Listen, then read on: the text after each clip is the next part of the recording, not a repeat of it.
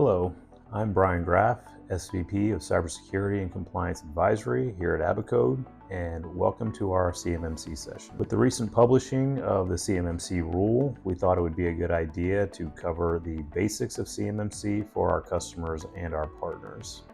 CMMC is a complicated subject that impacts hundreds of thousands of organizations in the United States, and understanding CMMC is vital to the defense industrial base. So first off, what is CMMC?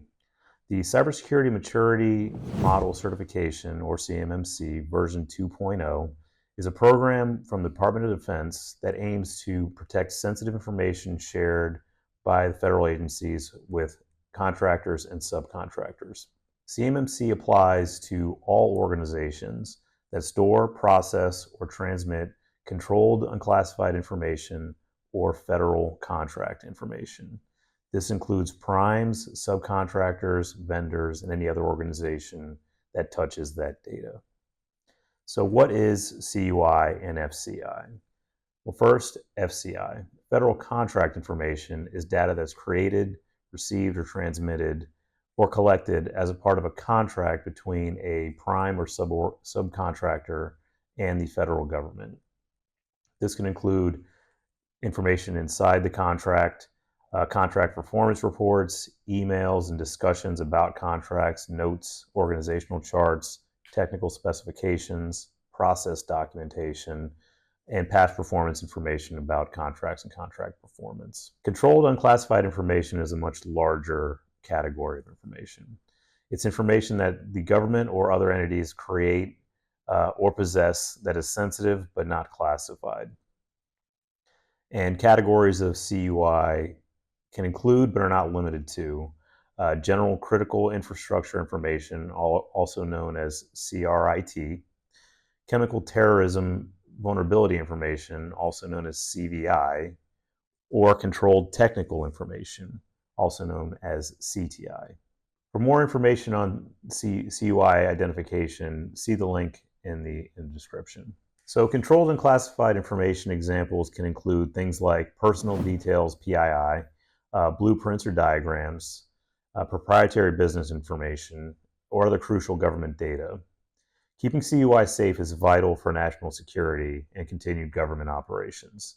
The CMMC program helps organizations make sure they're following the right cybersecurity practices to protect CUI from unauthorized access and breaches. So how do you know if you have CUI? Federal agencies are required to label CUI with headers and footers along with a CUI designation indicator stating the DoD agency and office that has designated that information as CUI, as well as contact info of the CUI holder. For more information on CUI labeling, we have a link in the description below. Now, if you're doing business with federal agencies, prime contractors, or subcontractors in the defense industrial base, it is a good idea to contact your customers and routinely discuss with them the types of information that is being ingested into your system. And like we said, the federal agencies are responsible for labeling data as CUI, but that doesn't always occur. So let's say you are storing federal agency data and none of it is marked CUI. Does that mean your organization is not required to comply with CUI? No. A federal agency or prime contractor may have mislabeled CUI or sent CUI inadvertently. It is still the holding organization's responsibility to identify and protect that CUI. Organizations doing business with the defense industrial base should again routinely meet with customers and upstream vendors and confirm that all types of CUI and FCI expected to be transmitted as a component of providing services has been labeled and identified, and all CUI and FCI is stored and transmitted accordingly. So now that we've gone over the overview of CMMC and the data it is supposed to protect, I want to go through the sections of CMMC that make up all the requirements that organizations are supposed to follow to protect CUI. So when you talk about CMMC, you also need to talk about NIST 800-171. NIST 800-171 is the set of controls by which organizations are supposed to apply to their environments to protect CUI and FCI. NIST 800-171 has been around for over a decade, and it was the original method by which organizations were supposed to protect CUI and FCI. These controls include controlling access to systems, monitoring systems for authorized activity, controlling changes to systems, backing up data, and responding to security incidents. So NIST 800-171 is the list of activities and safeguards that a company must implement to protect CUI. Next up, we're going to talk about DFARS, or the Defense Federal Acquisition Regulations Supplement. DFARS 7012 and 7019 are closely linked to CMMC. DFARS 7012 requires organizations that store, process, or transmit CUI to implement NIST 800-171 security controls over the environment that stores that data. It also requires that organizations that suffer security incidents that affect that environment to report those incidents to DIBnet. DFARS 7019 requires contractors to conduct self-assessments of their NIST 800-171 compliance programs and submit their scores to the Supplier Performance Risk System for scoring. This self-assessment is a key step in evaluating a contractor's cybersecurity posture before contracts are awarded. CMMC then builds on DFARS 7012 and 7019 by requiring a third-party assessment, not just a self-assessment, although the self-assessment is still required. Once CMMC is enacted, organizations storing, processing, or transmitting CUI must undergo a third-party assessment, either by a certified third-party assessor or by the DoD agency itself.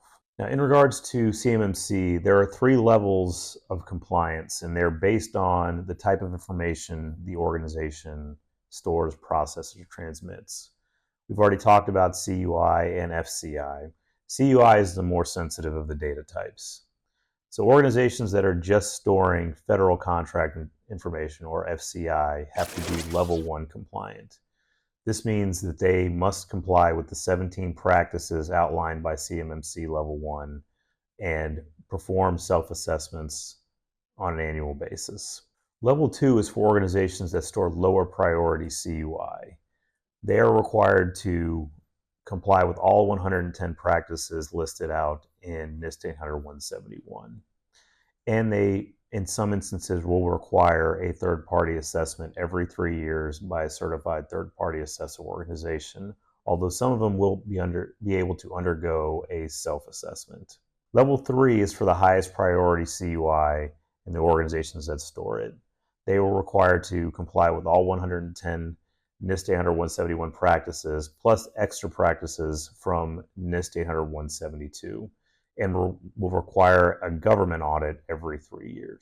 As we said earlier, the DoD published the CMMC rule on August 15th, 2024. The comment period for this rule will end October 15th, 2024, and is expected that by the end of 2025, DoD contract awarding will require an organization to be CMMC certified, meaning an organization may bid on a DoD contract, but they will not be able to be awarded that contract unless they can prove CMMC certification.